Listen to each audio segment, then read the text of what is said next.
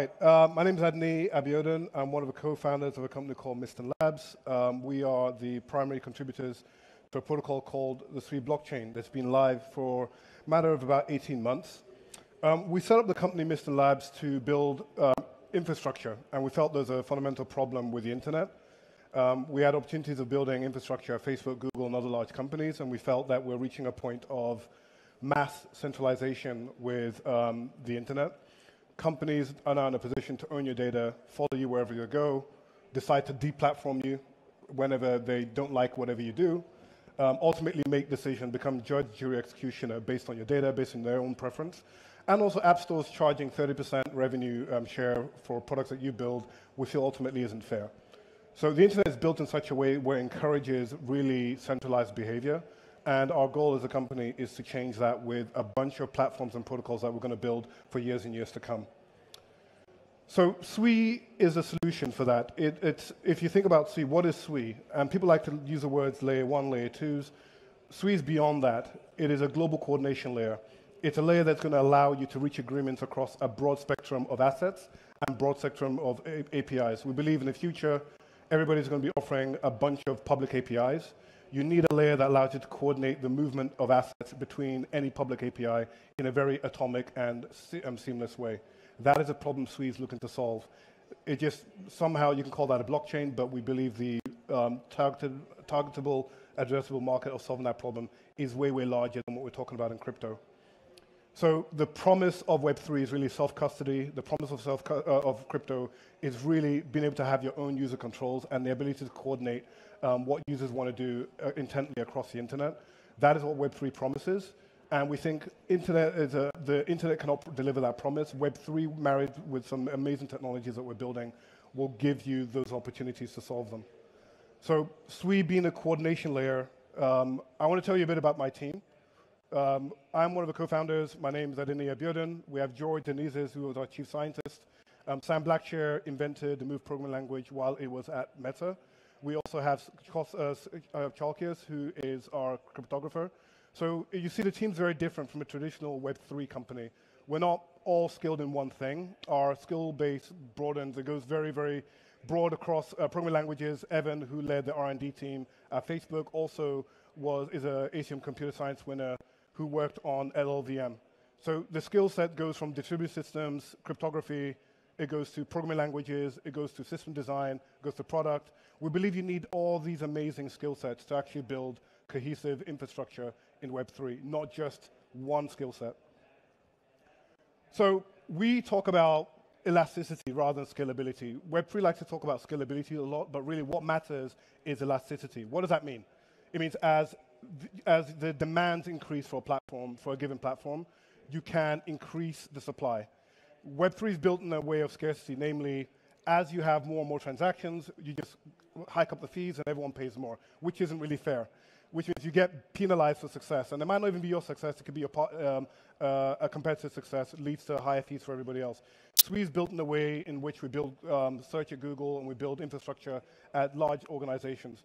So as you have more demand for block space in Sui, validators can add more machines, and the more machines you have in the network, the higher the throughput. So there's theoretically no maximum throughput for Sui because we can add capacity dynamically over time. Separately, there are a number of technologies that just make Sui a pleasure to build on. For example, Move programming language is one of the clearest innovations. This was built after looking at a number of programming languages at Meta, and we found that there was no real comparison for what you could do. If you want to have a world where money is programmable and you want ultimate safety, EVM isn't the way. Building a Solidity is just not the way. And having people trust in just building in Rust is not going to allow you to onboard a lot of developers very quickly. And affording developers to have to know the underworkings of a platform really is a barrier to entry. So Move is one of the easiest languages to learn. It's actually object-based. Developers are learning Move programming language in about 3 to 4 days. We have comments that it's a 10x performance improvement in trying to build on Solana, for example. The other one is ZK login, where the chain itself will validate your session with OpenID authenticator. So if you want to control your wallet with Google, you want to control it with Facebook, you want to control it with any service that uses OpenID, the chain itself will validate your session using what we call zero-knowledge proofs. ZK login is probably the most widely adopted consumer implementation of zero knowledge proofs today. And then finally, we have a standard called kiosks. We heard about the idea of enforcing royalties. Creators were promised that platforms like blockchains will give you the ability to set rules around assets and control royalties and ensure that creators can keep earning their rewards over time.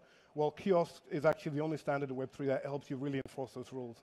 So you can set really complex enforcement rules, like you can only trade this asset if you have a number of tokens. You can only trade this asset if it's a particular day and time of the year. You can only trade this asset if you're part of a particular club or membership.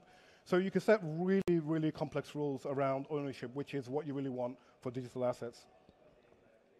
Again, the account model to a large degree is a bit of a failure for Web3. The world doesn't work on the basis of accounts. Developers are used to the concept of objects. In Sui, the smallest unit of computation is a strongly typed object. So you can actually build really complex rules and logic in Sui. You build an object, and that object can come with some rich set of rules, which we call intelligent assets. So you have an object that you build, and then you have a smart contract written in Move that governs the rules around the object. Who can transfer that asset?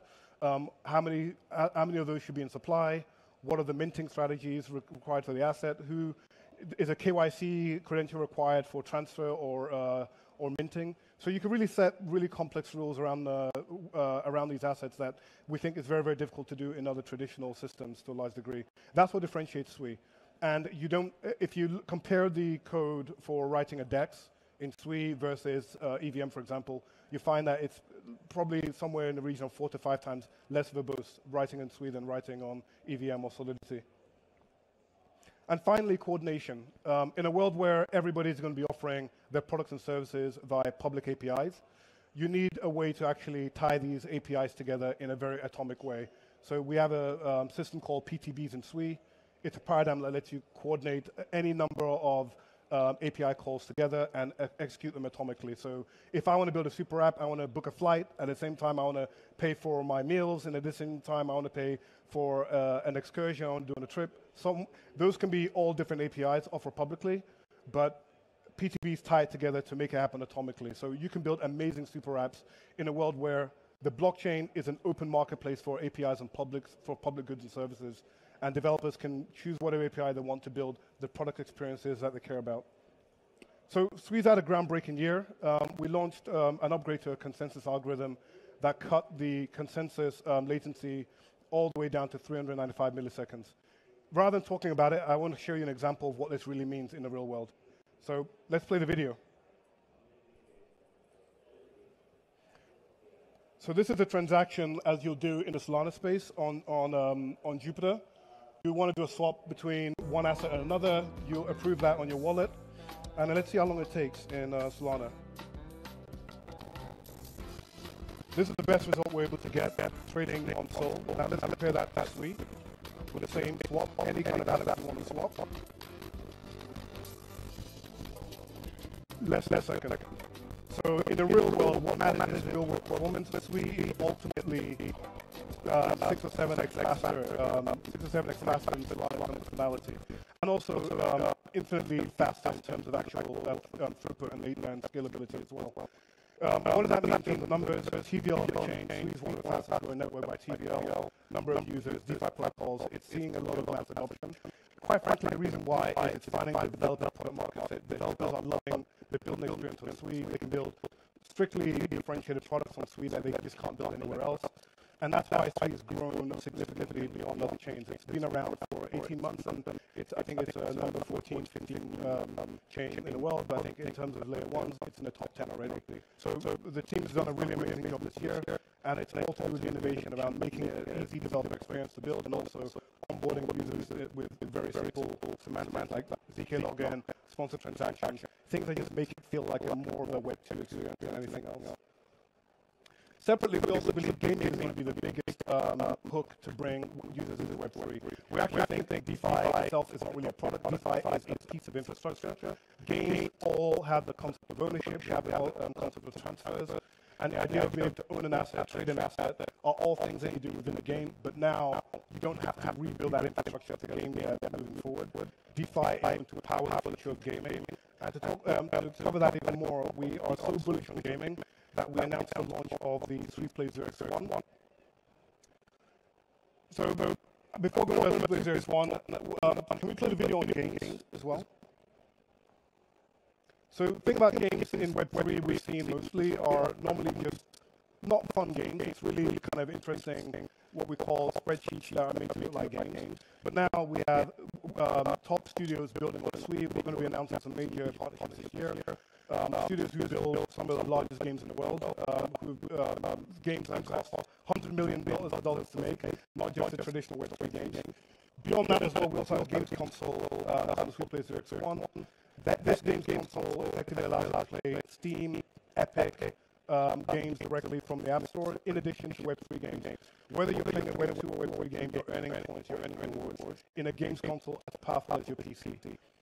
The games console has some of the top specs, actually more powerful than the Steam Deck. All your games on Steam Deck, you have to play directly on the Switch Series 1. On PC games as well, you have to play directly on Deck. But more importantly, you can actually take your games with you, and you don't have to select whether you want to play a Web2 game or a Web3 game. You can simply have a device that plays all of them in a single device. The device also has an implementation where it's inbuilt into a wallet with ZK Login. So simply by logging into the device, you have a wallet, and you never have to really worry about downloads or anything of that nature. The device is almost sold out. It's actually in the Switch Play stores. You can order one today. I believe there are NFTs for people who order the device, and they're all earning some form of rewards over time as well. So to talk about what's next, I actually want to welcome George. George is our chief scientist. He's the brains behind a lot of the algorithms we build at Mysten Labs. And I want to talk a bit more about the future of coordination on Switch. Thank you.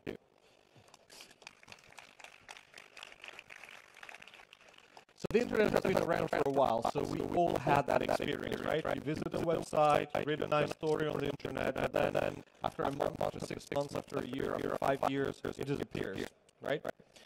Now, what is worse is that this experience now starts being replicated in the Web3 space. You buy an asset, you buy a digital asset, be it NFT or some digital. In many cases, after a few years, actual bytes, the actual image, the actual digital asset just disappears. And why does that happen? Because it is not actually stored on chain. Most of the Web3 digital assets are actually just a representation of the asset on chain, and the actual asset lives on a traditional cloud. Basically, the funding for that space runs out, it disappears. Even worse so, we actually are facing a situation where you're trying to use a smart contract, you think that you're interacting with something that has all the properties that we love about blockchain. It's immutable, it's going to be there tomorrow, it is censorship resistant, etc. But then you turn up basically after a month thinking that you're going to get back access to your assets, and you realize that the website that represented, let's say, the user interface to that app is gone, right? Now, we can't really realize the future that Adeniyi described here out to realize, namely reinventing the internet to make it permissionless, to make it, high assurance, and only actually having representations of assets on chain. What we need is to make sure that the actual data that dApps use, either for the media, or for the UX, or for the actual logic of the application on the web, also has the same properties as the contracts and the data on chain. Namely, you can trust that it will be there, you can trust that it is what basically was uploaded, and you can trust that you will be able to use it tomorrow. For this reason, the second protocol that Mysten Labs is initiating is called Walrus, and it is a secure decentralized storage protocol. With Walrus, basically what you can do is you can bring on-chain and have the same properties for the blob data, namely the images, the media, the website that drives the data, as basically for the data that your smart contract is handling on-chain. Now, Walrus is built on Sui, and I will talk a little bit about that because Walrus is the best example so far in my mind about what we mean when we say that Sui is a coordination layer. So let's talk a little bit about how Walrus relates to Sui. We build Sui so that you can actually easily create decentralized dApps, right? And Walrus is just an example of such a dApp. So Walrus adds storage nodes to the universe of suites. So there is basically a universe of storage nodes, but all of the coordination of the storage nodes, namely who they are, how they get paid, how they change over time, what kind of media, what kind of files, what kind of what is stored on them. All of that is coordinated through smart contracts on Suite. So what the result of that is that a lot of basically the storage on Walrus can be controlled through smart contracts and can actually be linked with all of the rest of the stuff that happens on Suite, including the DeFi, including all the other assets that are dealt on Suite. So now you can start having this kind of mixed experiences where on one side you have rich media. So for example, if you're building a ticketing application, you can actually have a ticket that has images, that has original graphics, etc. All of that is stored on Walrus. But that interacts with the logic of the ticketing, the payments, who has access to it, transferability, etc. That basically is still done on Suite. So now we have extended the realm of dApps, not just into dealing with metadata just on the Suite chain, but actually with the actual data that lives on Walrus. Now, let me tell you a little bit about Walrus under the hood, because to some extent there are other decentralized storage networks, but Walrus does a few things better than competitors that are available out there.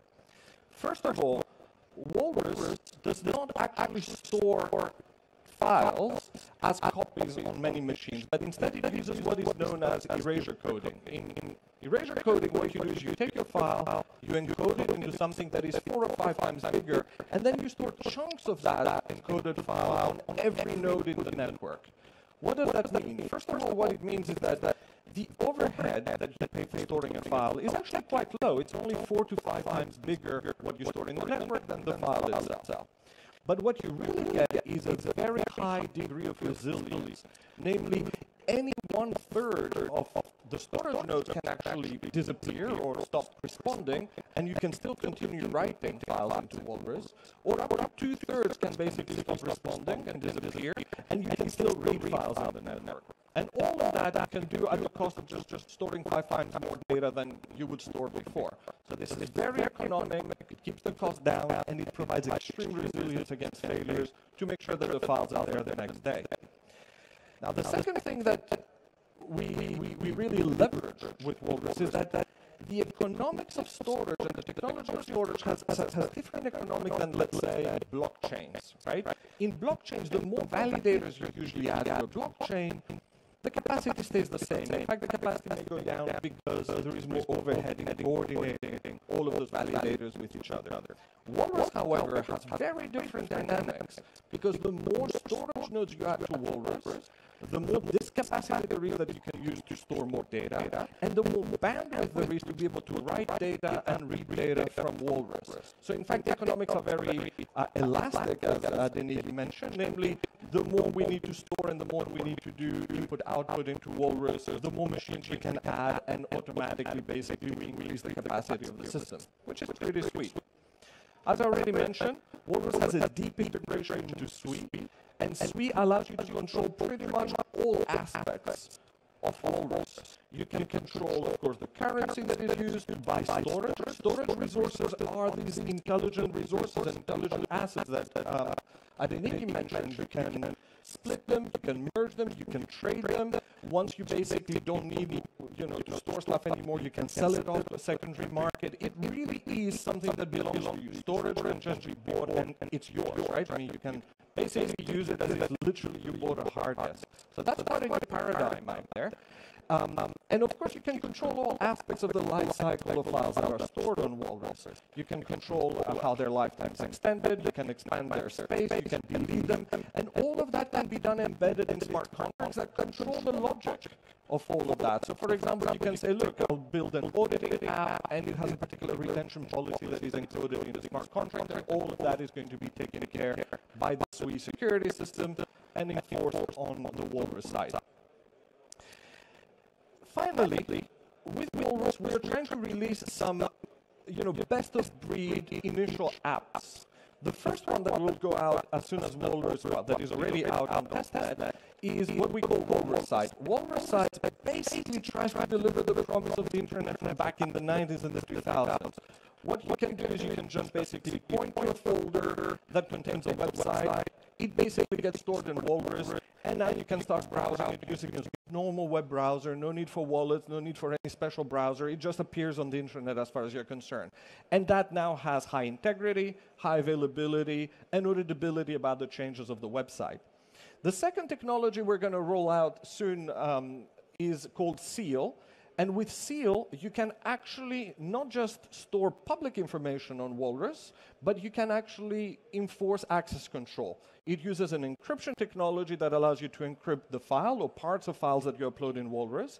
And then it allows smart contracts to determine who has the right to access the keys to decrypt the file. Now, that means that suddenly we can encode experiences relating to, for example, the content industry or the creator industry. You can upload an article, let's say, where the first paragraph is in clear, the rest of the article is encrypted, and then upon a payment on the blockchain, on Sui, you can basically get the key, decrypt the rest of the article, and display the whole thing. So it allows suddenly the realm of smart contracts to provide conditional access to data and enable all of the use cases that we've seen Web 2 covering, but without the assurance that these technologies provide.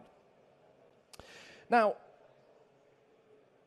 to some extent, the reason we're building the whole Sui ecosystem and we're augmenting the Sui ecosystem with Walrus is not just to serve the Web3 needs that we see today, right? We believe that some of the technologies we're building and some of the properties that Walrus and Sui provide together can really be used to solve important things in the world, right? So for example, charities have a need to demonstrate that the funding they get, the donations they get, really represent impact on the world.